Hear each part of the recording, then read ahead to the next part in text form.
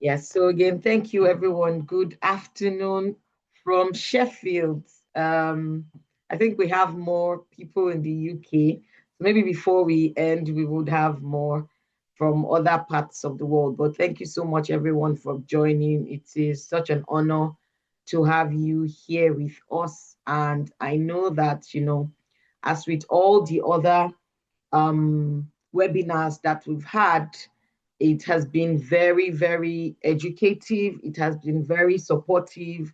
It has been very interactive. So I have no doubt that this would be as well. However, I know that we have people joining us for the first time.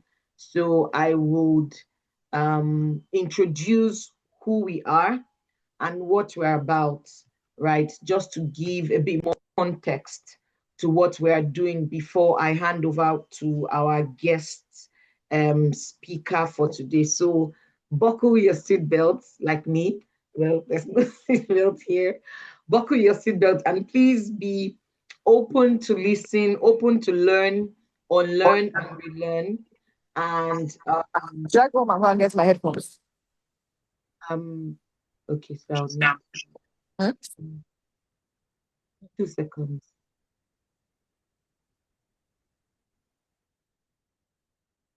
Yeah, I think I have.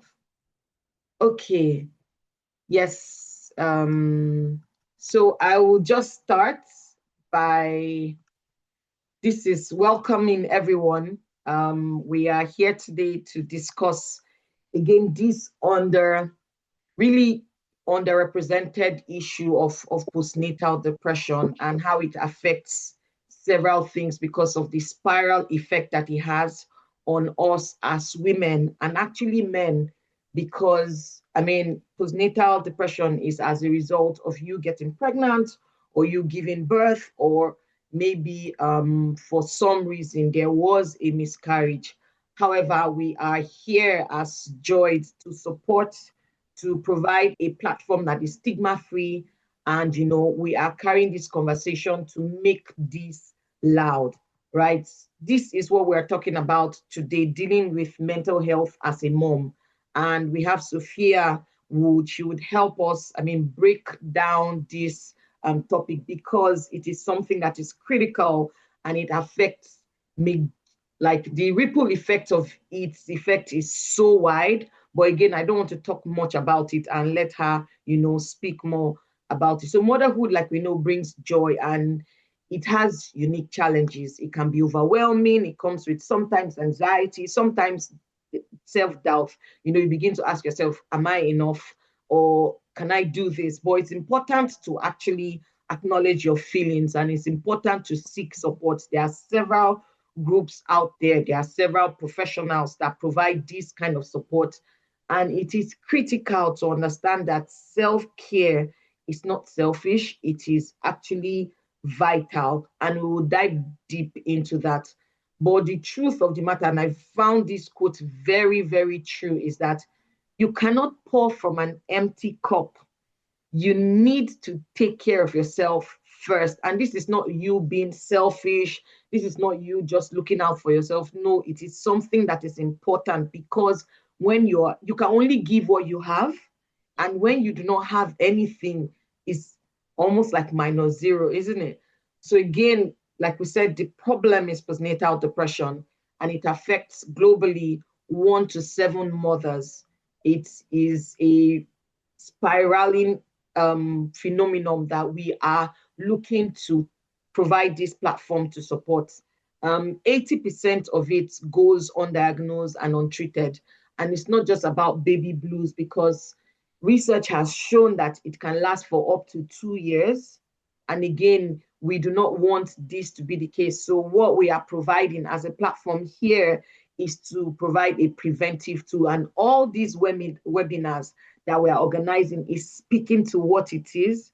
So, like I said, just sit down and relax. So I will share more rather about what we are doing in Joy. I know, like I said, for you that have been here before, this is not the picture of what you saw when we started, and that's what growth represents. We are going beyond where we were in April and where we are now, and even where we're going to be in the future. So it is really a thing of joy for me. But so that we do not miss the meat of the matter, I just did an intro of who we are, what we are working on, and what we are set to provide with regards preventing, right? So I would introduce our speaker again. What please can you mute yourself, please? Thank you. Like I said, what we're speaking on today is dealing with mental health as a mom.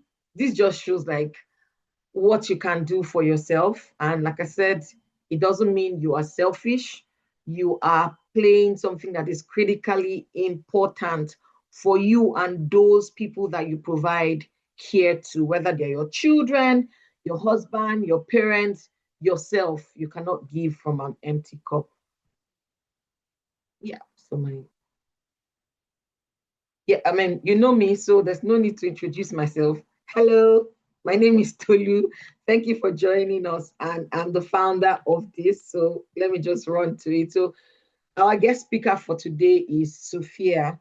And Sophia is, I mean, her bio is incredible. She's a qualified psychotherapist and she's a speaker and a mental health specialist. Her interest is especially in emotional resilience, trauma recovery, and cultural, where's this blocking my view? Sensitive therapy. Her background is in psychotherapy, counseling, and psychological sciences. She brings a compassion. Again, that is what we need in the world at large, to be honest, and a holistic view to approach and support women's mental health, especially in delicate stages of motherhood. She has worked extensively with individuals that are navigating anxiety, low self-esteem, depression, and is known for her warm and empowering presence in both one-on-one therapy and group sessions.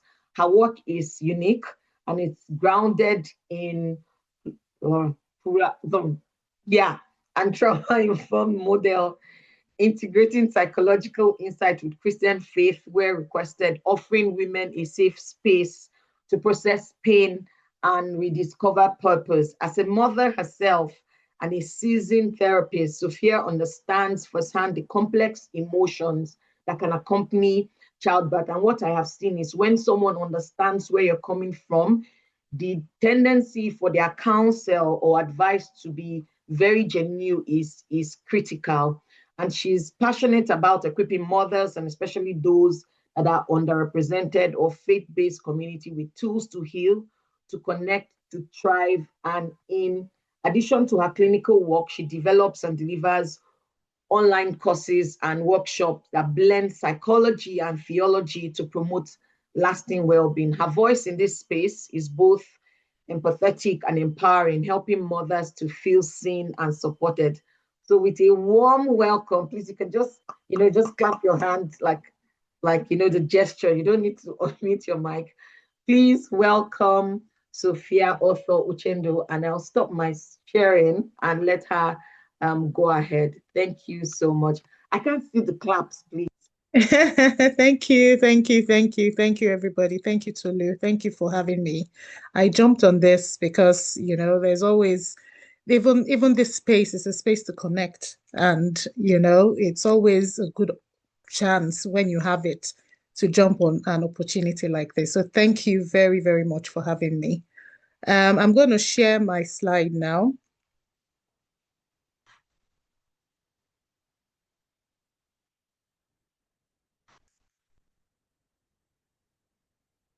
Right. So can you see my slides? Yes, I can. Okay. Right. So welcome everybody to this webinar dealing with mental health as a mom. And the subhead Tolu has tagged there is because your emotional well-being matters too. And she's just reminded us that, you can't pour from an empty cup. And that's absolutely true. My name is Sophia Arthur Uchendu. And this, as you have heard, is hosted by Tolu. hosted by Joy, if I would say. So welcome. Tolu has done introductions, more or less. So I'm not going to reintroduce myself. I'm just going to say welcome. Hopefully, I'm going to use this slide as a guide. It's only a guide. Things could come out from its slide, and I'm encouraging everyone to participate. I know it means you using the chat box. And I imagine as moms, you might be doing many things right now while listening on in this webinar. So if you can, put the cooking spoon down at some point and just, say something, that would be great. If you're resting, well done. When you're rolling in your duvet, just say something in the chat box as well. All of that will be welcome. So whether directly or indirectly, what we will look at today is we will look at emotional shifts in motherhood, what perinatal depression looks like. We'll look at real stories and common struggles. We'll look at tools, tips, and support options. So please feel free to use the chat box, as I said, and you are all very warmly welcome. So motherhood is beautiful. I need everyone to use the chat. I don't know, can I see the chat box, Tolu? Because I have my screen, I have my slides on my screen, and I don't know if I Yes, can see the chat box. you can, but if you're presenting, it's unlikely that you can. But where any questions come up, I will draw your attention to it. Awesome, awesome, because I want to ask some questions, right? I would ask questions as we go, So my first question really would be, what's the most surprising thing about motherhood for you? What's the most surprising thing about motherhood for you? Well, I can go. Yeah, go on. I was I going to even call your name because you're the only face I can see. So I will bombard you first. think the most surprising thing for me was what I can do. I don't Okay. say could because I'm still a mother. I think is Yeah. what I can quickly just do in the space of time. Mm, And also that is one of the surprising things for me. mm. I think Shay said to having to figure out things on her own. Yeah, yeah, indeed, indeed, indeed. Especially when you live away from help. As Yes. we from Africa, we from Nigeria to be precise, when we are not there and we have babies, there is no one to ask questions. So you really have to wake up and get it going, right? Someone So is said, there more? yeah, Bora said, doing everything at once. Yeah. Oh, yes. Multitasking. I heard someone say that, it's not very possible to multitask. A man was saying that you actually leave one thing and go to the other thing. And I think the women in that room, that they almost flew in his eyes. Because actually we do multitask, don't we? Yes, because you have to. When you don't have a choice, the fight Mhm. or flight kicks in, Mm. and you need to, get it, you need to do something, and so you do it. Yes, yes, thank you for that. Regine said, amazing how we're able to do everything we're supposed to do. Yeah, yeah, yeah. It's amazing how we're able to do everything we're supposed to do, even when, we don't feel like it. That's Mhm. truly is amazing. Anymore. I'm seeing it popping up, but I don't want to go off my screen. So I'll rely on you, Tolu, to keep Yeah, giving sure. it to me. That's it for now. That's it. Okay. Okay. Indeed, everyone, I think something just came in. Yeah, yeah. So okay, Kathy said she's not a mom, but she thinks she can. She said one of the most surprising things how you function on almost no sleep and still love the little human more than anything. Oh, Yeah. Oh, yeah, that's so sweet. Yeah. She's thinking from a very clear mind. yeah, yeah. you know, she's not on that journey yet, Mm, but she's thinking from a very clear mind, from observing. And mm, that's amazing because that's exactly what it is. yeah. Motherhood is beautiful and complex. If you would all notice that from all the answers you gave, they are not answers you feel bad about.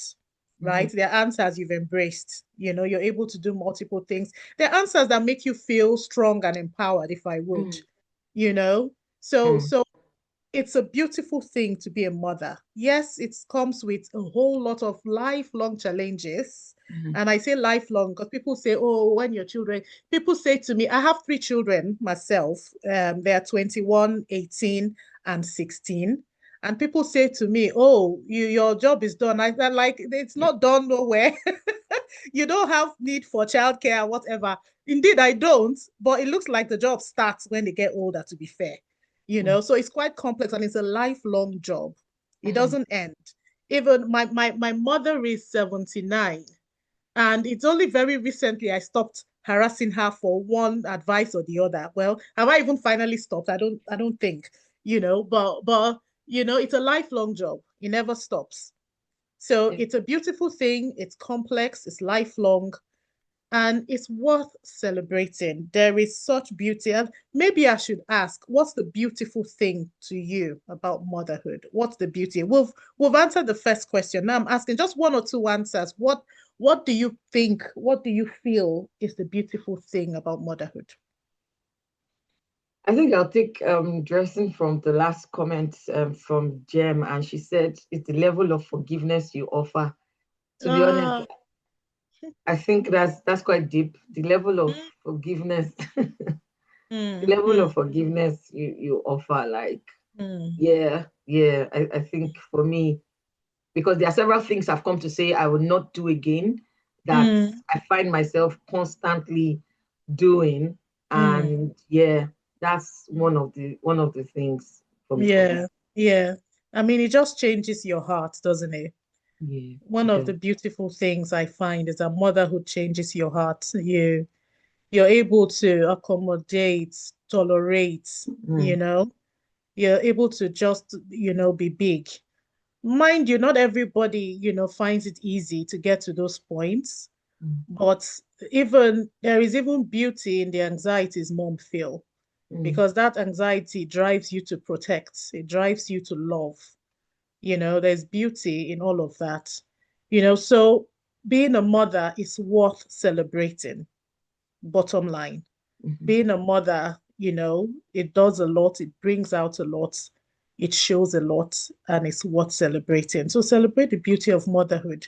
If you've never, excuse me, if you've never had that thought before, I'm encouraging you to have that thought today to celebrate, the beauty of being a mom, of being a mother. And it is not all the time that, someone is a mom biologically. Sometimes you become a mom, a foster mom to people, and you are the only mom they've ever known. You are the mhm, only representation of mother of unconditional love they've ever known. You are a mom, full-fledged, you are so today alongside having this conversation here today, we are really indeed celebrating the beauty of motherhood. And wherever you are, whatever you're doing, whether in your duvet, in your kitchen, in your car, wherever you are, I need you to give yourself a clap, for that, for being a mom, for doing all you do. I celebrate you for all you do. I celebrate you all. Thank you for all you do. So, in being a mom, we have agreed that it's quite complex as well. And we shouldn't be in denial about the complexity that comes with it, right? We must acknowledge the unspoken struggles. Okay. I would ask another question now. Can you tell, what some unspoken struggles you've had as a mom? I'm not asking you to reveal deep and secret things, per se, but this is a sharing space. And whatever you share is of benefit to the next person and is what you feel comfortable sharing. So have there been any struggles you've had? Maybe they have been spoken, maybe they are not unspoken, they've been spoken already, and you feel comfortable sharing. If they've been unspoken and you feel comfortable sharing, please share. What are the unspoken struggles you've had? I've highlighted some things here: isolation, loss of identity, guilt for not feeling happy, pressure to bounce back. These sound like generic ones, if I would. So what are some unspoken struggles you've had? Please share. Well, I was just thinking about it and I started laughing because I remember one, it's quite funny. It's not having the answer to some questions. Okay. And I think it has happened maybe a number of times, and they run to their dad and all, Okay. but which is fine for me. Again, Mm, is within, but that one not having the answer to some questions. Sometimes it's funny.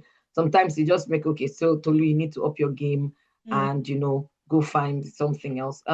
Miss mm. Dio said meeting cultural expectations. Right, right. Okay, that's a powerful one.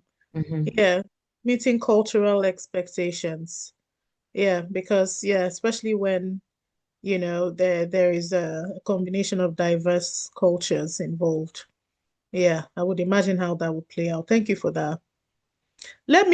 Before you say any other one, let me challenge you with a question, Tolu. When you don't know what to say, what do you say? I don't. So when I don't know what to say, I say, "Where's your daddy?" Okay, so I'm not the only one. Even Miss Dara say, "Go ask your dad," or "Where's your dad?" Or I say, have you thought about it?" And when I ask them, "Have you thought about it?" I'm also thinking about it. Like, what's the answer to this? Let's not embarrass us. So I think those are my go-to answers to them. Okay. Okay. I think, I think moms think we need to perform. Mm, We think we need to be perfect and have it all together. And we think we need to, know it all and do it all. That's what we think. After all, I'm a mother, mm, and what you've just said is capable of making you feel guilty or feel pressured, or feel like you're not, in fact, you said here that, you told yourself to you have to up your game. That's pressure, mm. that's pressure. And it is important to acknowledge that it is pressure. It's important to acknowledge, the pressure we put on ourselves. Now, what would it be if you said to your child, I don't know? How do you think that would land? What do you think that would show? But I don't know. Right. Because children learn by watching, right? Mm, They learn more by observing than they do by what you tell them, right? If you address a matter that you don't know by telling the child, I'm not sure, or I don't think I know the answer to your question, go ask your dad. But letting the child see your vulnerability, that child will be okay with being vulnerable. That mm, child will be okay with making mistakes. That child will be okay with, being open, basically. So that's a tip for, by the way, you know it's good to acknowledge unspoken struggles. It's good to say this is what I'm struggling with. I've been in the Western world where we are. It's easy to be isolated. For example, it's easy to have a baby. Go. I did not have my children in this country, so I don't have a first-hand experience about being isolated as such. But I have seen moms who, they give birth, they go home, dad is only home for a week or two and he's back to work, and they have to do it all on their own. All the night waking up and the day struggles, they have to do it all on their own. So that can be very isolating, not having anybody to help you hold the baby, to give you a break, to help you hold the baby so you can sleep, or you can go outside and walk to the shops or something. That can be isolating. It becomes a whole new world that many times you begin to think that you're not sure of who sent you this direction, but the solution or the recovery from a headspace that is isolated is first of all acknowledging that actually I feel isolated. Actually, I should ask for help, or I should phone a friend, or I should do something about it. When you are not acknowledging it, you are sitting in it, and it's becoming complicated. It's becoming more and more difficult. In this space, you might tend to not know who you are anymore because everything changes when you have a baby, especially your first baby. Your lifestyle changes. Now you're not thinking of only yourself, you're thinking of a small human, that you are completely responsible for. That's a tall order. That's a huge task. So everything changes. And you now have to, you adjust your life. You now have to adjust who you are. You're no longer who you have been. You now have a new identity. So the identity you have has changed. That can be difficult. That kind of change can be difficult. If at some point you were the type to hang out with friends and stuff, all of that changes. And then guilt might come in. If you are not happy, if you're stressed, if the actual postnatal depression kicks in, and sometimes you have some lucid moments, you now think to yourself, this is, you don't understand. You're not happy. You don't think you can do it. That happens, in such periods of having a baby. There's pressure. Other moms are around looking cute, pushing their buggies, and when I see moms that are so nicely dressed, their buggies and their outfit to match, I'm like, wow, this is really nice. The Gen Z moms don't play with those things. They are all, dolled up with their babies dolled up, mom dolled up. It looks so nice, and it looks like, they're not human beings at home, because it looks so nice. There is social media pressure to bounce back, I would say. Social media pressure to bounce back, and all these things can keep one in denial. So all these complexities are there. But one thing you must remember is that you can love your baby and still struggle. This is the truth. A lot of changes have happened in your life. You've moved from one phase to another. It's a whole new world. And so, transition comes with its level of struggle. Transition is change. It comes with, and change. Change is exactly what it means. It's not what it was before. It's a new thing, and that can come with new learning, new adjusting, and all of that. So you can love your baby 110%, and you can still struggle, and there's nothing wrong with that. It's just a very, very plain truth. So let me stop there for a second and ask if there are any comments, questions that have come in while I was speaking. It was just Wura, and she says, I don't know sometimes to her son, and he says, Mama, why don't you know? Yeah, and I mean, I don't know everything. Mama doesn't know everything. Mama knows some things, but Mama doesn't know everything, and Mama likes to learn. So now that you've asked me, I'm going to learn about it, or let's learn about it together, you know, because Mama cannot know everything. True fact, Mama cannot know anything. So thank you for that, Wura. There are, emotional changes that are bound to happen after childbirth. One of the very top one is hormonal changes. The hormones, go haywire. I thought I could add an extra slide here with the different hormones, but I didn't come round to doing it this morning. My apologies for that, but I'll try and name some. When you're pregnant, some of the hormones in your system, they rise to support the pregnancy. And when you give birth, it drops. It's a sharp drop. Without being too clinical, because I'm not a clinical professional per se, I would say it as I know it. So a hormone like estrogen, for example, during pregnancy, rises up and rises up sharply. You know, well, maybe not sharply, but the drop is sharply when you give birth. And estrogen, is connected with the feel-good hormone called serotonin. So you can imagine having a sharp drop from that. That feel-good hormone drops. Surely you won't feel good. Anxiety would kick in, sadness, and all these things. Your mood drops with a drop of that hormone. This is why I don't know how it's done here. Please help me, because as I said, I didn't have my children here. I don't know what is usually encouraged when a mom gives birth for her emotional well-being. Let me ask Tolu. if you know, or any other person can answer. So to be honest, I don't think I was told anything per se when Oh, I gave birth. okay. Whether I mean in so I gave birth to my kids in two different countries. So I wasn't really told. I think I was just told how to maybe sleep when your baby is sleeping, All right. try and eat as much as possible, don't Okay. skip food and all of that, get a lot of liquid. But Hmm. that was what I was told. Right.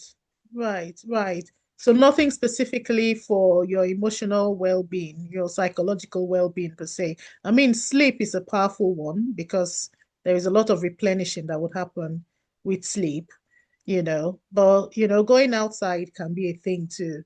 Going outside to get some fresh air, going for a walk, because when you give birth, a lot of hormones deplete. You know, another hormone is the progesterone.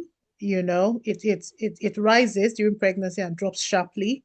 Mhm. And when it drops, the woman can become irritable and restless. And so with sleep, for example, there's a lot of repairing. And if, as you would imagine, with a new baby, some babies, are not very calm friendly at first, and it Mhm. keeps moms awake. So you can imagine a mom who hasn't slept, who hasn't refreshed, what that would be like. She would be restless, she would be irritable, because she hasn't refreshed at all. There always has to be a refreshing, when you become a new mom. You're refreshing so that you can have the energy to look after your baby. You're refreshing so that you can have the energy to look after yourself. You're refreshing so that everything that was lost will replenish. There's a lot of refreshing needed, when you have a baby. There is a lot of refreshing needed when you have children. So let's not only focus on, when you've just given birth. There is also the years where the child, it grows in infanthood, and then they grow. And I've just told you, even when they become adolescents, it's hard work. So there's a lot of refreshing needed, as a mom in general. But when that baby, that full human being has just come out of your body, there must be a lot of intentional refreshing, you know. In pregnancy, cortisol is high as well. So cortisol is the hormone, responsible for allowing you respond to stress and threats. When there is a stressful situation in front of you, the hormone that gets pumped into your bloodstream is cortisol. It helps you to either attack the situation or run or whatever. It's the fight or flight one. And so during pregnancy, you get more of that. Obviously, your body's dealing with a lot. And then after birth, it drops, and then you're not able to regulate stress as much Mhm. because it's dropped. So these are just three of others. There's oxytocin, really, the love hormone, we call it. This hormone, it rises during labor and during breastfeeding. So oxytocin is a love hormone, So during breastfeeding, it rises. You feel that bonding with your child, and that has its benefits, right? So what then happens if you had a traumatic birth and you feel detached? Because that can be a thing. Moms have babies and then if for example, I mean, it's not the only reason, but sometimes mom can have a traumatic labor and childbirth, and this can now make them feel detached from the baby. So that at that point, that hormone is depleted because they are not able to have that bonding and then build up that hormone. you know Many women ask the question, what's wrong with me? But if there's any question you should take away today as a question to ask yourself again and again, the question should be, what's happening to me? Not what's wrong with me. If you would make a note about anything today, let that be the question that you make a note about. What's happening to me? Because there's nothing wrong with you. Something is happening in your system, something is happening in your life, right? And you must acknowledge that something is happening, not that something is wrong.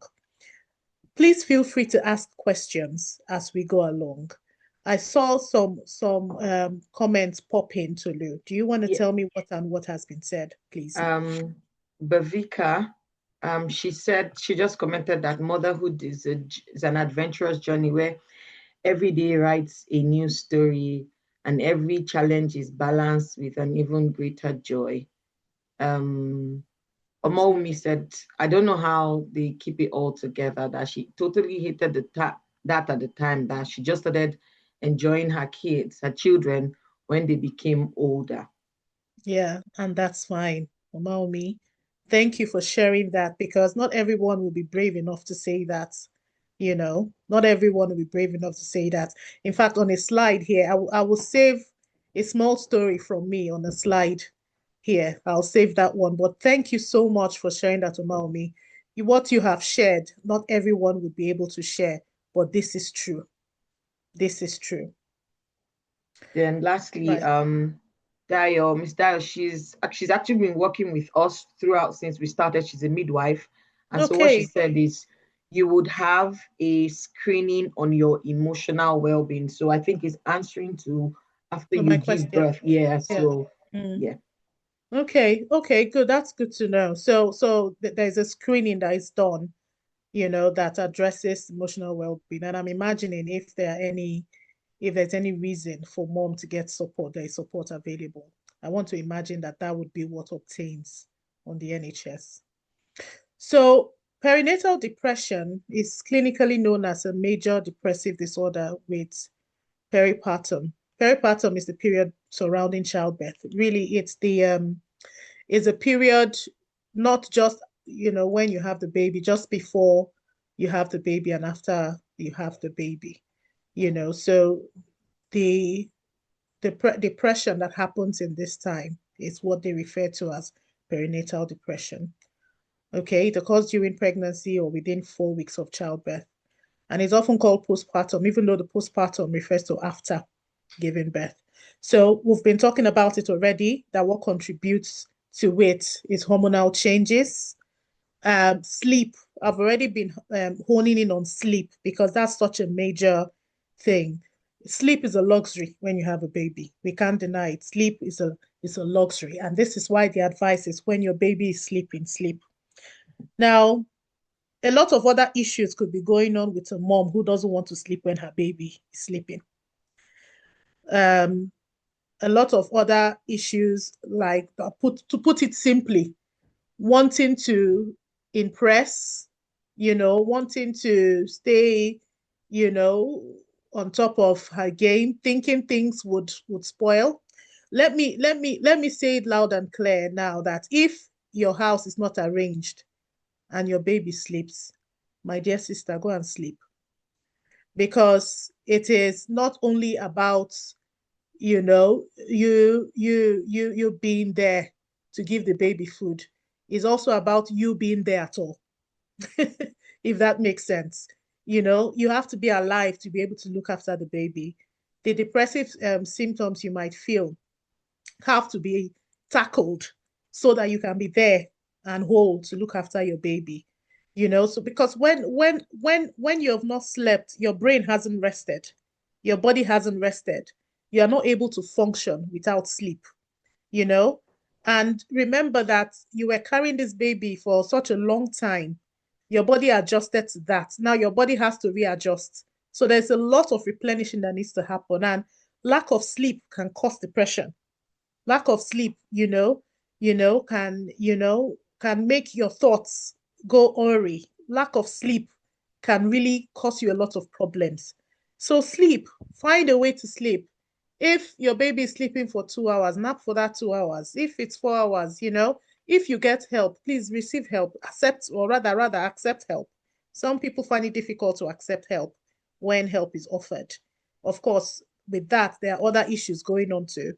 If you're thinking thoughts like, they'll say I can't do it, or they'll say I'm not a mother, or they would say something, I have to prove something. There's nothing really you need to prove, when you have a man. And if you're finding yourself in a space where you are questioning your integrity as a mom, then there are other underlying issues that might need sorting out in therapy, because you are whole, you are perfect just as you are.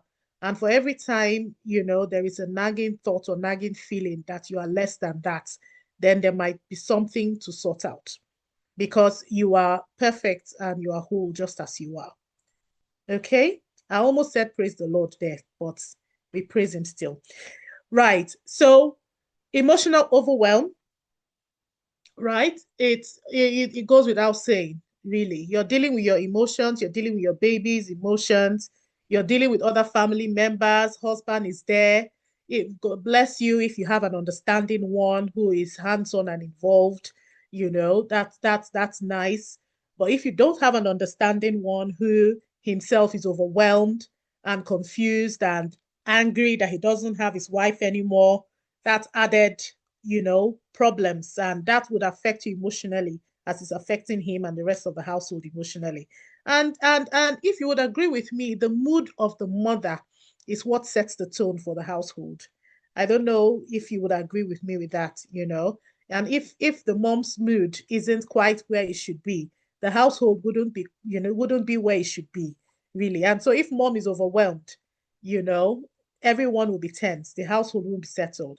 So rest, pour yourself a cup of, warm drink, do what you need to do to see you. If anybody will see you first, it will be you that will see you first. If you are persistently waiting for someone to do for you, then again, there might be some underlying issues that need to be addressed. If you're persistently waiting or you are wallowing in self-pity about, the state where you are, then the depression might have set in at this point and you might need even more help, right? So emotional overwhelm is a very big reality. Lack of support can also cause, this depression because you will be overwhelmed. If you've got a personal or family history of depression, there could be, a chance that you could also develop depression. Now, how do you recognize if you are towing that road? The symptoms would be you are sad more than you are happy, basically. You are feeling excessively anxious. I mean, some level of anxiety or nervousness, I would call it, is normal when you don't know what to do, or you don't know how to hold a baby, or how to, especially first time, you're not too sure. That could bring a level of nerves. But an anxiety that begins to creep up on you, that you begin to have a shake up feeling where there is no reason to, then you would need to speak to someone. It's becoming, it's going left, basically. An exhaustion that doesn't lift with rest.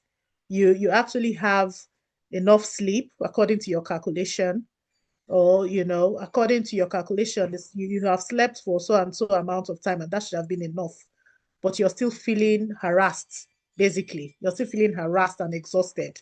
That could be a symptom that things are going left. Depression could be setting in at this time. And then difficulty with bonding with baby. We've already talked a bit about that. You are holding your baby in your hand, or you don't want to hold your baby in your arms. You are stressed out about it. You are look, always wanting someone else to hold the baby. You want to run away from the baby. Sometimes it can become a psychotic thing where, you think the baby is dying, or you feel like even killing baby yourself. Then it is really going left, you know, because it's a natural thing. It's a primal thing to bond with your young. And if the moment you're not able to bond with your young, something that is wrong. There's an error somewhere, because it's just like the animals. When an animal gives birth, a mammal, for example, there is a bonding that just naturally occurs. It's good to look at them to learn sometimes, and that's the way with human beings. Even though we are complex, more complex than animals, there is a bonding that must happen when you have a baby. And so where that bonding does not happen, there would be an error somewhere, and you should seek help. when you're feeling numb, feeling disconnected, depression could be setting in. Thoughts of self-harm or harm the baby, which I've already said, depression could be setting in. And anyone can experience this. Depression, it's clinical. It's not as a result of something you have done right or wrong. It's a clinical thing and so should be treated as such. So Tolu, is there any other thing that's coming? No, not at this juncture. Okay. Okay. Thank you. So this is the slide I was talking about. And at this point, I really would ask for real life stories. So this is a picture of me. Doesn't look anything like me now, but that's actually me. And those are my first two children. I looked for a picture of me and my first child and I couldn't find. I'm like, does it mean I don't have, baby pictures of me and this child? But I couldn't find any. This was the closest I could find, thanks to Facebook. So when I had my first baby, I would cry and cry and cry and cry for no apparent reason. And it is only years later that I realized that that would have been postnatal depression. I would cry for no apparent reason. And I was in a place where I had help. I was in Nigeria and I had help. This was us in my grandmother's burial, hence the outfits, if you're wondering. And this is from the southern part of Nigeria, from River State. So I was, I felt like the look on my face on this picture fit what I was going to say because it was overwhelming for me. I was quite a young mom. I was a very young mom, and so there was a lot of confusion. There was a lot of confusion. At this point, I would ask, what your own real life stories are. I mean, I know it's you have to put it in the chat box, but in a line or two, can you share with us, what you noticed in yourself? I have told you I would cry and cry and cry and cry and cry and cry. No reason. I'm just crying. And when people come to visit me, and they're leaving, I would cry and cry and cry, you know, confused about my own crying, basically. So how about you, Tolu? Did you experience anything you wondered about? Any adverse thing you wondered about? Mhm. Maybe what I'm about to say is going to be vain, but might as No, nothing. No, no. Please go ahead. You'll be amazed at what goes on in our so minds. I think for me, so I have twins. I have twins as Oh, my wow. first. Yeah, Okay. so and we had help. My husband and my husband very, very supportive. I mean, Oh, not just because he's on this call, but very oh, bless him. Bless him. so but there was a time when we for some reason all the help that we had just ran like typically when it's nearing Christmas that they Mm, now start leaving. leaving for holiday and sometimes they never come back, right? Mm, So at the time it was just me and them. In fact, it wasn't even close to Christmas. It was just me and them, and my husband had to go back to work and all. But I think I was so overwhelmed that I was looking for one of them and I had him. Like I had one on my back and I had one on my arm, and I was looking for one of them. Like mm, I'd gone out to the rooms and I was oh, checking, and I'd yes. gone outside, I was checking. And I think the one, I can't even remember which one I was looking for, whether it was the one on my hand or I think it was the one on my back. To be honest, I can't remember. I think it was when they made sound together. That's when I came to myself to realize that, oh, he's actually with me, like he's actually on my hand or in my but again, like it's not like a pen that when you're looking for a pen, but I mean, because that doesn't really have weight, you get what I mean? However, Mm, this one, I mean, they had weight, so I yeah. was just so overwhelmed that I didn't Yeah. realize that I had the two of them. To be honest, even right now, that memory it can't leave me. This is almost 13 years. But Mm, again, like that's one of the times where I felt like, okay, I was very overwhelmed. And with them, they had to be nursing at the same time. Do you oh, get me? wow. So it was Mm, not a case of you need to have milk flowing all the time. Do you get me? So yeah. all of that as well was very overwhelming. And and the need to, just feed them like anywhere. Me, mm, I was a person that like I don't like to show my body. Do you get me? mm, So mm. and the people are looking at it like it's normal. Just bring it out. I'm like, hello, please. Right.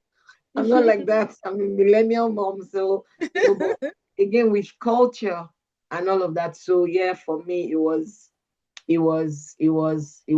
that was what those two things for them stuck out for me. So I'll just read quite a number of people have put in things.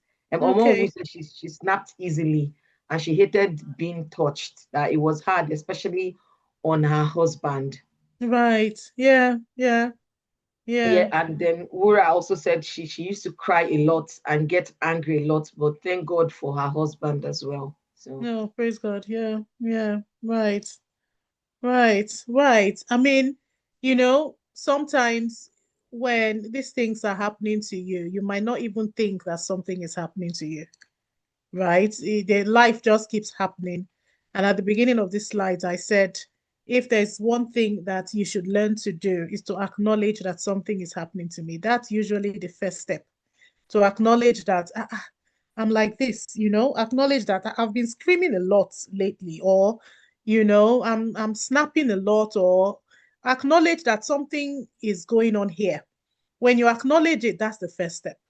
That's mm, the first step to recovering, or getting yourself back, really. I'm seeing more and more coming in. yeah.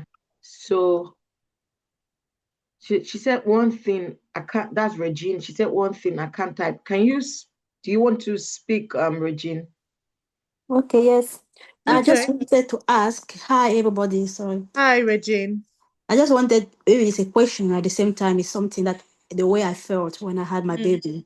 I don't know if it's postnatal depression, but it was contrary for me because I wasn't crying. I was thinking about the issue that I was going through, and mm, at the same time, it was making me pity my child. So I mm, love my child so much, and I was looking at him. I was pitying him. I don't know if it's postnatal depression, that one. mm, And he sometimes I wept, yes, I cried, but I had that feeling since my child was little that I was pitying him because of what I went through mm, during the pregnancy I was going through when I gave birth to him. mm, So mm, I don't know what it is. mm. I How, don't know. how how how were you feeling about yourself? Because you say you were pitying him. What Yeah. about you? Were you recognizing yourself at all in all of that? Not really. Not really, because I my aim was that I will do my best Mm, to fill the gap that he doesn't have. But mm, I was more like I was out of it. It was just like I was pitying him. mm, Yes, it was more like this. Not myself wasn't included mm. that much. Yeah.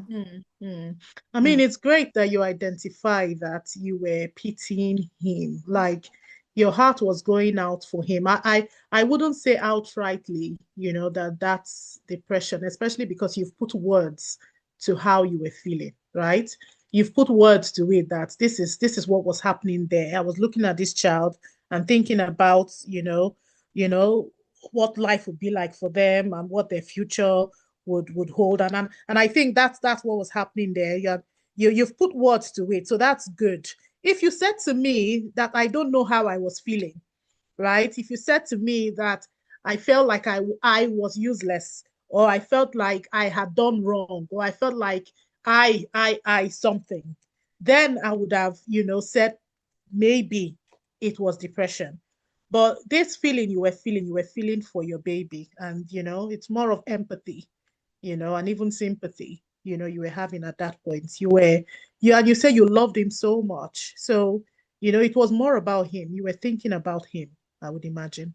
Thank you for that, Regine. Okay, Omomi wants to speak as well. All right, Omaumi, go on. Thank you very much, Sophia, and thank you very much, Tolu. This topic is quite close to my heart. Like it resonates to me so much. Like I said earlier, I didn't enjoy I enjoyed my pregnancy. In fact, I looked very beautiful in pregnancy. I loved, and I was glowing. You won't even know I was pregnant until maybe 2 weeks to me giving birth. You Mm, know. I enjoyed every part, and then my labor was smooth. I had my first and second baby in like 1 hour into labor, and so I didn't have any issues with that. But after that, the aftermath till they were, I didn't start enjoying my children till they were 5, 6. Mm. They could speak, and when I could have conversations with them. I Mm. hated I hated that time when they were children, when they were babies, and I couldn't talk to them. And I had issues with milk. I wasn't producing milk, so my first child stopped touching my breast at 4 months. My son was that's a girl. My son Mm. was still, trying to see whether it would come, obviously, like a boy would. And so, but nothing still really came out. I used to spend like 30 minutes trying to get 30 ml of milk, and it was a very horrible experience for me. Mm. And I always, and I quickly had to use what's it called again, this Well, prevention against pregnancy, what's it called again, contraceptive. um Contraceptives. contraceptives. So I had the one for the arm, you know Mm. and I had to resume. I was working on the bank. I had to resume. I was head of customer service for my 2 children. You can imagine. I had that in my arm. I was going through all of this, and I had my children 2 years apart, so I had toddlers, Mm. a baby and a toddler. So I was doing all of this. I would snap easily at work, and then I'll start to cry, and Mm.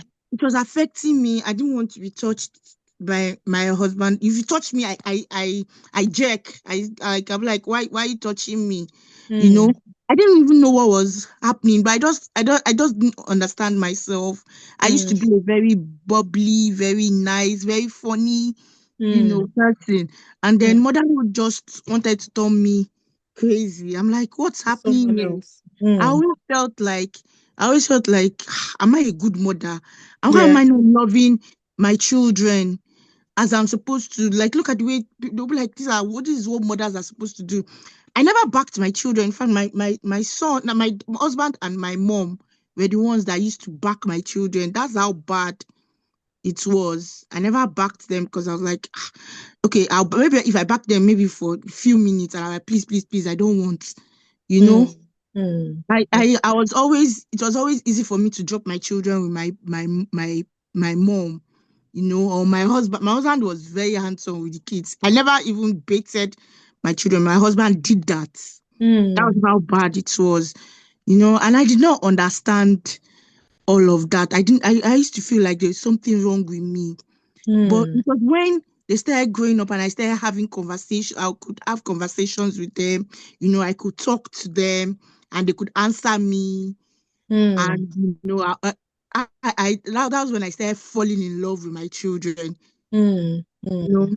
I started falling in love with them at that stage, and up to now. In fact, when everybody sees me, they'll be like, "Ah, you're a very good mother." You might have be like, "Only if you know." What an irony. Only if you Yeah. know. Only Mm. if you know what I went through. Mm. you know, because it took me a long time to be able to voice my um experiences. Mm. It Mm. took me a I long can time imagine. for me to be able to even understand what I was going through. I don't Mm. even know if that was depression. I had to remove the contraceptives and go for the coil because I was like, this thing is turning me mad. Mm. I'm not getting myself. This is not me, Mm. Anyway, Mm. so I had to remove it and went for Yeah. the coil.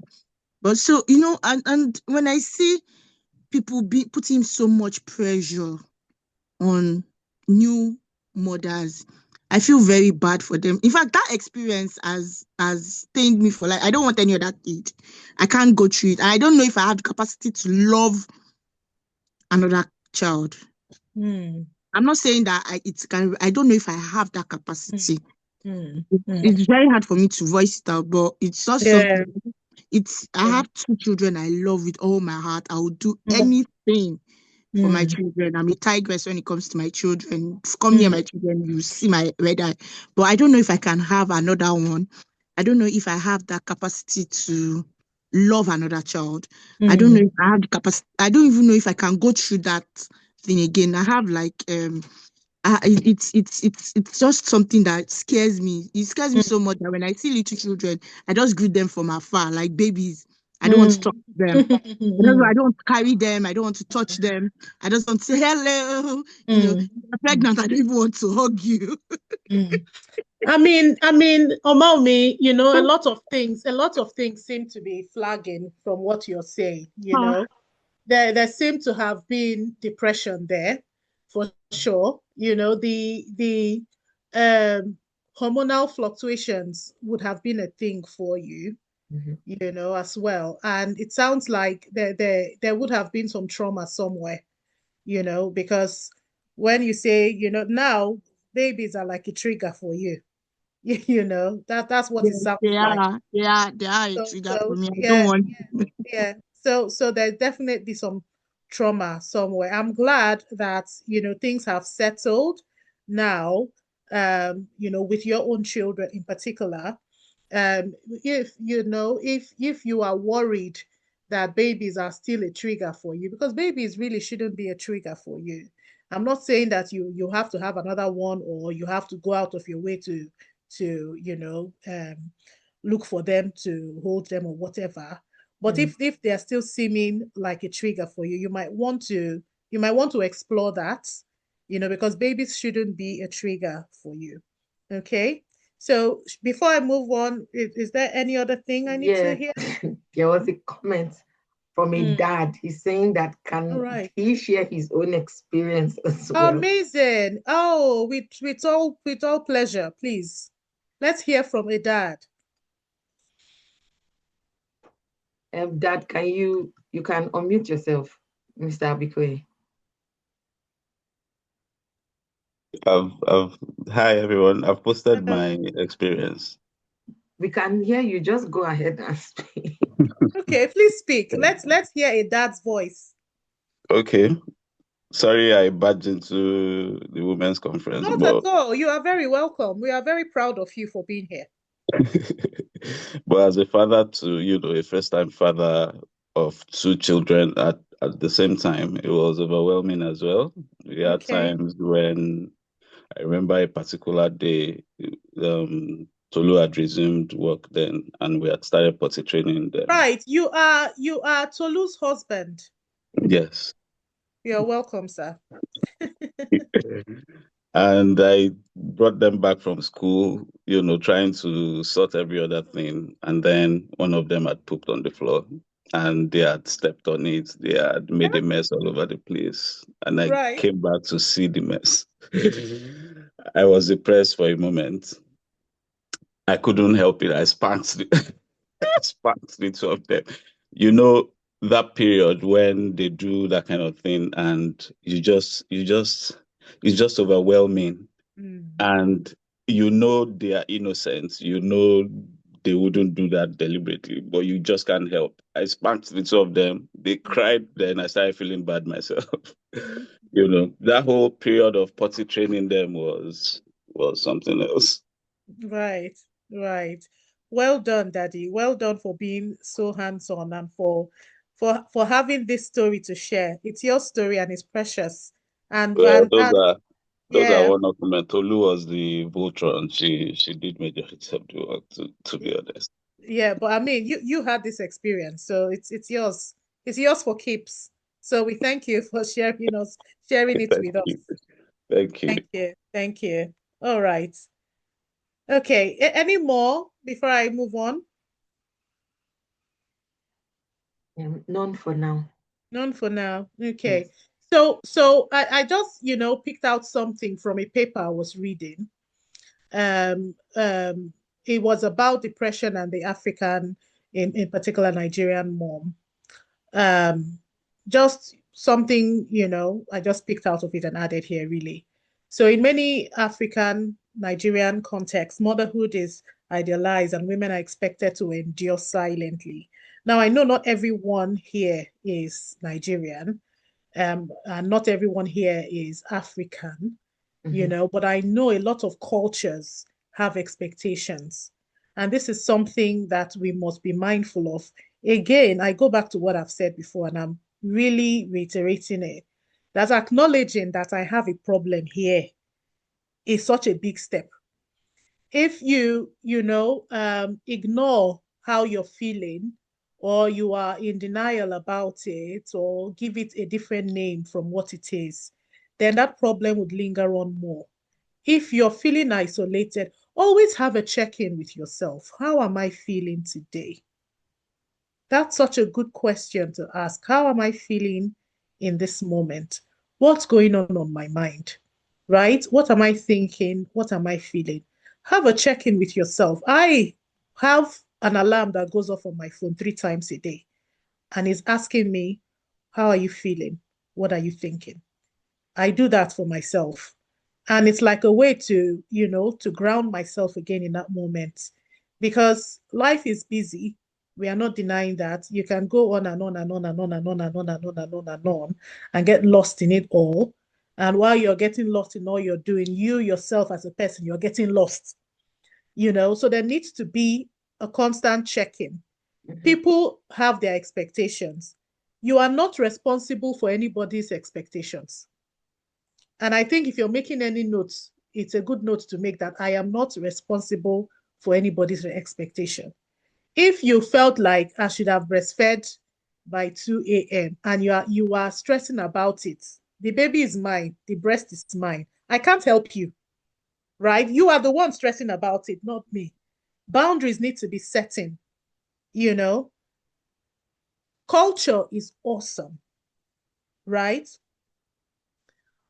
Let me give a bit of a mixture here. Not a scientific explanation per se, but something I hope we would all understand. So the brain works with what is familiar. If something is familiar, the brain is comfortable. If someone, watch their mother break their fish to cook, when they want to cook, they will break their fish because that's familiar. That's what they were shown. That's how they were conditioned or whatever, you know. So when something is not familiar, it's a struggle.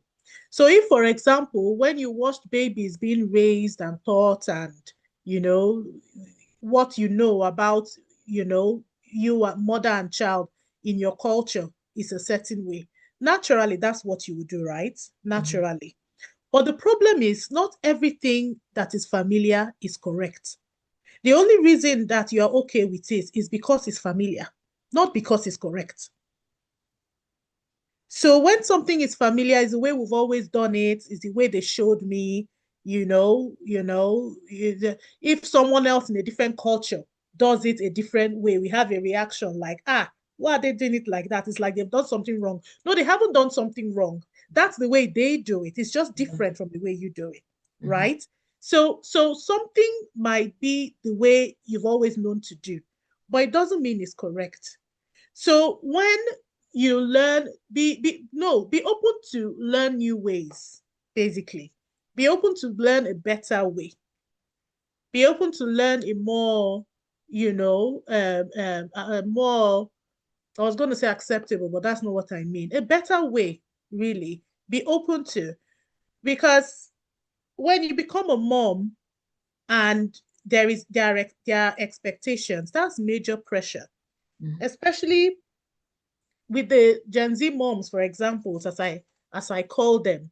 They are very they are hands on in an intellectual way, and that shouldn't be belittled because they will go and search it out.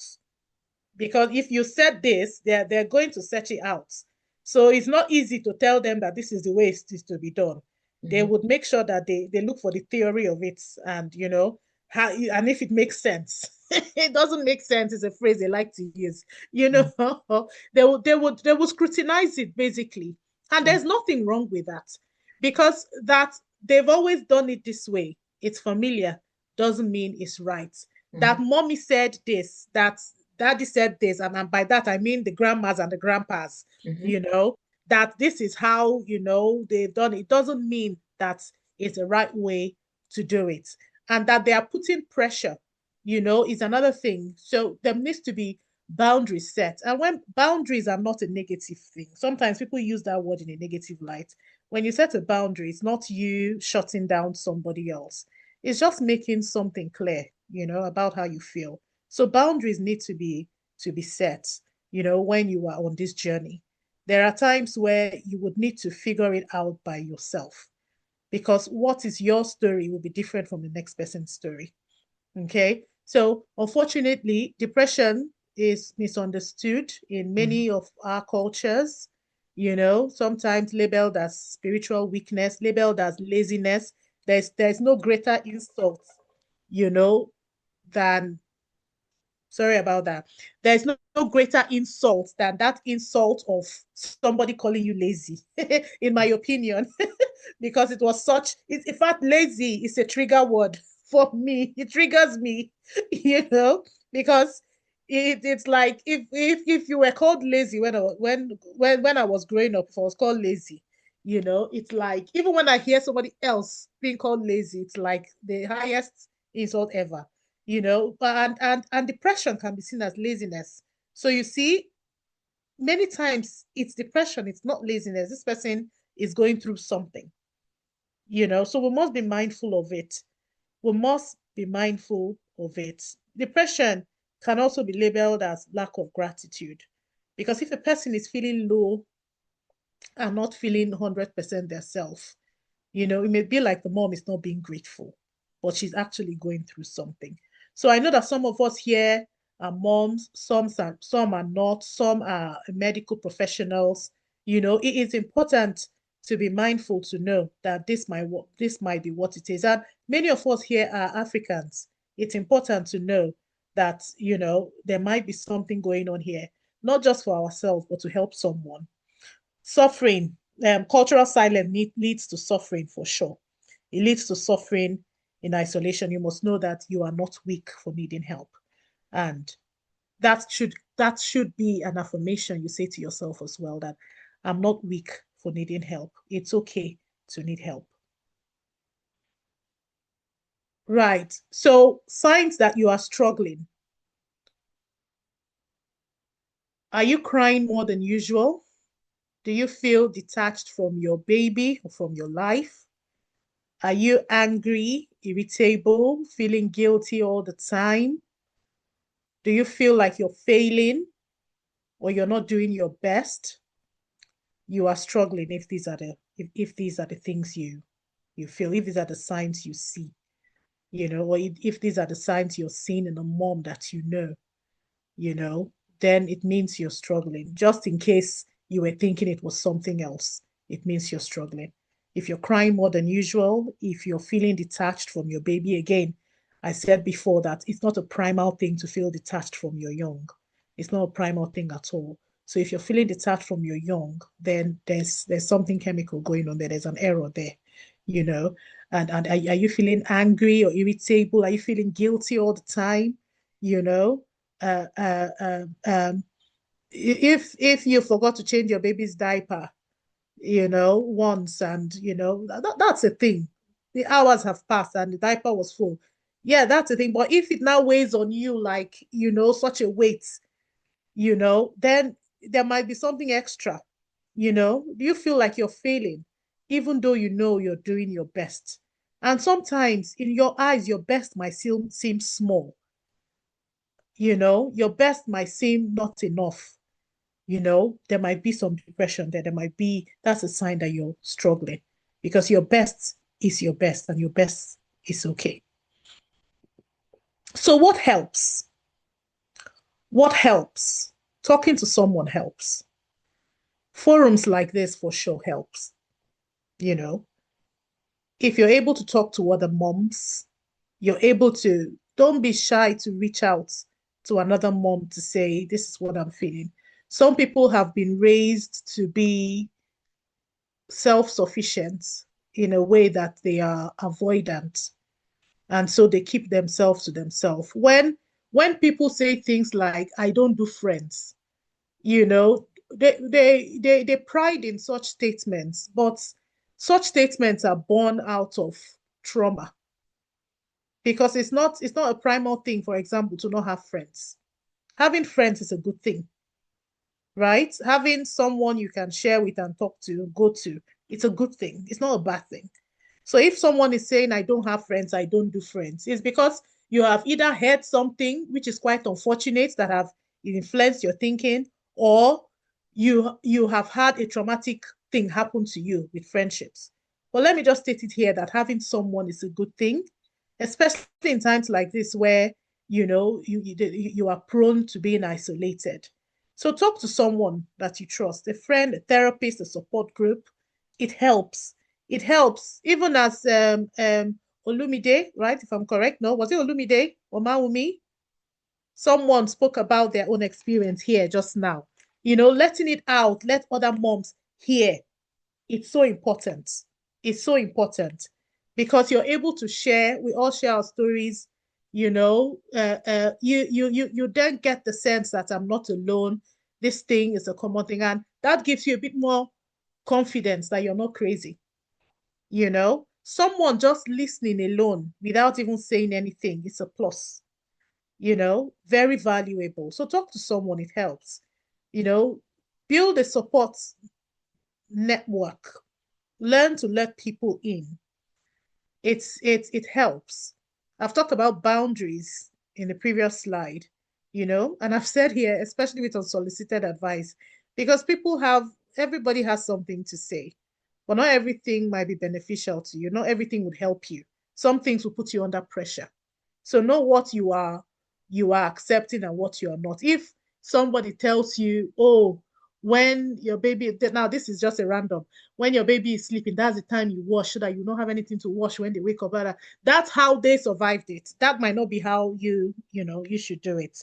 I have talked about the importance of sleep, for example. Now it's for you to now decipher what works for you, and then set boundaries for those who are trying, even though they're coming from a good place. They might be coming from a good place to give you their own, but that's their own, right? You know what's important, and then you figure out with what you know that is important, you form your own, right? So set boundaries is very important. I've talked about rest again and again. Sleep when you can.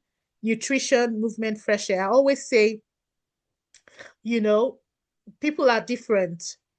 For me, a combination that works well for me as a mom, as a person, when I eat well, I sleep well, and I move, I'm fine. That's my combination, right? And that combination goes together. If I eat well and I sleep well and I don't move, I'm not fine. If I move and I eat well, but I don't sleep, I'm not fine. For me, the three have to go together. So ask yourself, what is my combination, right? What are the things that, when I do these things, I wake up in the morning, I'm like, I feel good today. Figure out your own, right? And then therapy. Do not underestimate the value in investing in your mental health. Do not underestimate the value in investing in your mental health, because there are several points here where I've said, there might be underlying issues. Sometimes the depression may have started even before the pregnancy. Sometimes the relationship with the father of the child is not where it should be. Sometimes there are work issues. Sometimes there are extended family issues. Sometimes there are parent issues. So there are many things happening in your life alongside you being a mom. And life does not stop. Being a mom in itself is enough reason to even seek therapy. But having all these other externals, could make it super worse or super better. So do not underestimate the value in investing in your mental health. And it is what I've called it, an investment. I've put my website there, www.liferelease.org. I should have put my email, but my email is sophia@liferelease.org. If you needed to reach out, please do. So to moms, know that you're not alone. You're not alone. I would have said, been there, done that, but I can't make that statement because, as I said earlier, I'm still there and I'm doing. even though my kids they seem to be older. I mean, my youngest is 16, but hey, he's still 16. He's still a child. So you're not alone, right? If I want to learn more about being a mom to a 28-year-old, I want to be able to find a mom that has a 28-year-old who would tell me how it was, or maybe we've reached that stage where we are saying, my child is not dating, or marriage has not come. How did you cope with this? Because it comes in phases, and I see myself entering that phase now. I have 18 and 21. They're both girls, and I'm wondering, you know when would this happen? So it doesn't stop, really. I want to know that I'm not alone. And when you have younger children, know that you're not alone as well. I can say I've passed the younger children phase. And even though sometimes it might become a blur for me to remember, how was it when they were two? There are moms around you, and that's what joy is about, I believe. That's what joy is about. There are people around that can tell you, okay, yes, this is a similar story I'm going through. It helps you know that you are not alone, right? And that you're not failing, and that help is available and healing is possible. To partners, to friends, to professionals, please be a safe space. That's what I aim to do. You cannot impose certain things on people. When you give advice, there's choice that comes with advice. Your advice can be taken or not. Allow people to do it in their own pace, and how they can manage. Do not minimize their problems. you know if a mom comes and tells you something random, like, I put the baby in the car seats, and I just stood there and I stared at the baby, and all sorts of thoughts went through my mind. Do not minimize that short story by laughing, for example, like, are you, like, are you crazy? Or ask them something funny, like, do not minimize something deeper could be going on there. Now, that was just a random thing I thought of, really. But it could be anything. Do not minimize or jump into fixing, you know, people's problems. Listen, learn to ask open questions that will help them talk. Learn to ask open questions that will help them talk. Learn to ask that question, how are you feeling? You know, how are you feeling? Learn to ask it to someone else, learn to ask it to yourself. And encourage seeking support without shame. So know that you don't have to be perfect. You just have to be present for yourself too. You're present for your baby, you're present for your children, you're present for your family, but you must be present for yourself too. You need you. So listen to you, look out for you, be intentional for you. That you have children doesn't mean you've disappeared. You are still here and you matter. Your well-being matters. So thank you very much, everybody. I've put my website is www.liferelease.org, and my email is sophia@liferelease.org. So I would leave it open now for questions. Thank you so much. Okay, let me not start with thank you before I close it. So I'll just go to the comments. Thank you so much, first of all, this first round of thank you. So Thank you. I think it's Olumide just what's called doubled on what you said about, and Ella as well, about boundaries being set. Right. And he also doubled on culture, and the culture of having parents coming to stay with their children when they just give birth. And so he was saying, I mean, again, some culture would ask that you maybe the father's mother come, but he is, and I can attest, so this is not that he's just writing it. He actually made sure that it was my mom. We agreed that my mom should come so that we can manage our expectation actually. And I think the desire to please, or how to balance everything at the time, was adequately proportioned. So he opined that if there's any men on the call, or if there are cultures that say you should let it be the other way around, that he thinks it should be the wife's mom that should come to stay if that is what's it called, agreed that in your culture. And Omaomi said that your picture is beautiful. She loves it. Thank It's you nice. very much. Yes, Ella also said yes, set boundaries. She agrees. And yeah, thank you from everyone. Okay, before I go into thank you again, I just want to ask if I know we've had questions that we've asked or spoken about in between the presentation, and maybe some of you are quite pressed for time, it's fine. But just want to open it up to say if there are any questions again about this. I mean, I've been taking notes, so if there are any questions that you have right now, or you want to reach out to Sophia on, anything, again, like she said, speaking is therapeutic. Sometimes maybe speaking to yourself or speaking to anyone, your cohort, your safe space, I mean, is something that we should not take lightly. So if you have any questions, please, maybe you can just show by raising up your hand. Otherwise, I'll just okay. So I think this was quite engaging, to be honest. So I did not really expect, maybe anyone that's just coming in now will probably be the ones to have questions. But, just before I wrap up and just hinging on what you have said, that, we don't have to be perfect. And to be honest, that's why we are doing this. And one of the inspiration for that, I mean, the catalyst for Joyd was a psychotic case that was very close to home, very close to home. And it happened twice to the same person.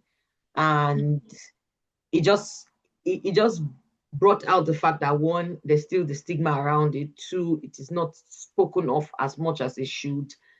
Three, people don't want to talk about it, or maybe they would rather talk about it anonymously, and that's okay, right? So that was the catalyst for this. And I am really, really happy that we are on this journey to creating a preventive platform that enables women, and in this instance, as we have seen, men also share their story, because like you highlighted, there's the relatability part of it, that when I see that, okay, Omaumi has, I mean, she has opened up so much with us. And if there's anyone, and even Iyabo, I mean, Wura mentioned as well that of how she used to cry, and Regine, and it just shows how some people are just really waiting for other people to speak up, and they would then open up and share what they went through or they are going through,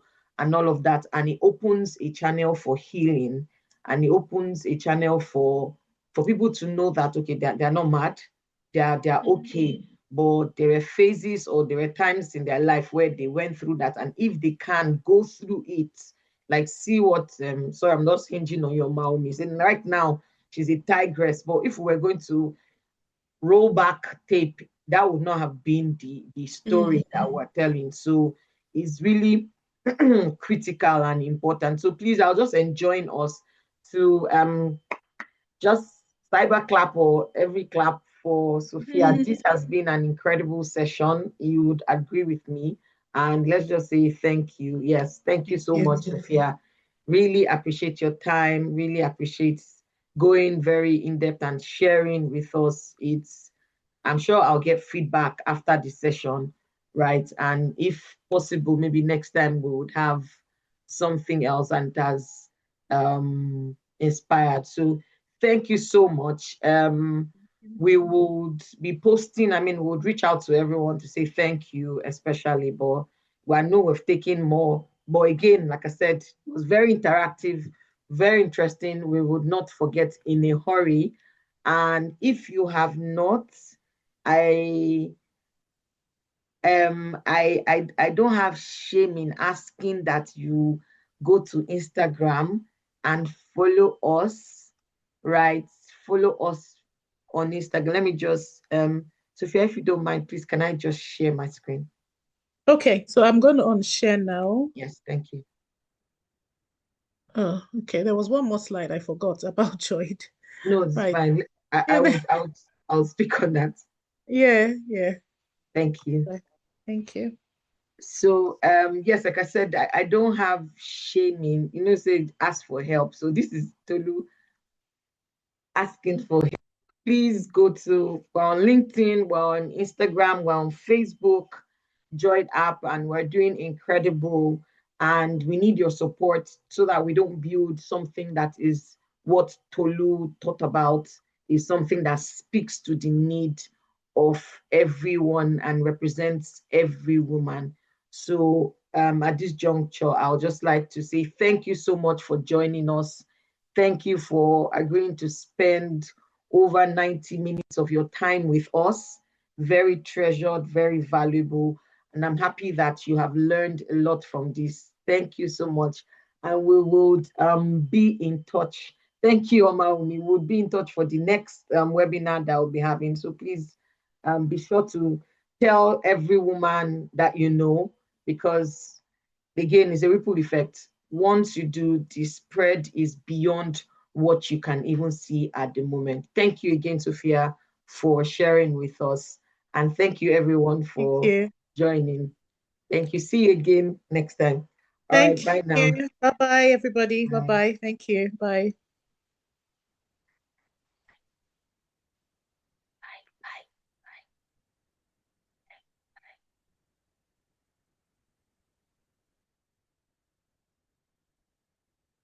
Thank you. Thank you. Thank you.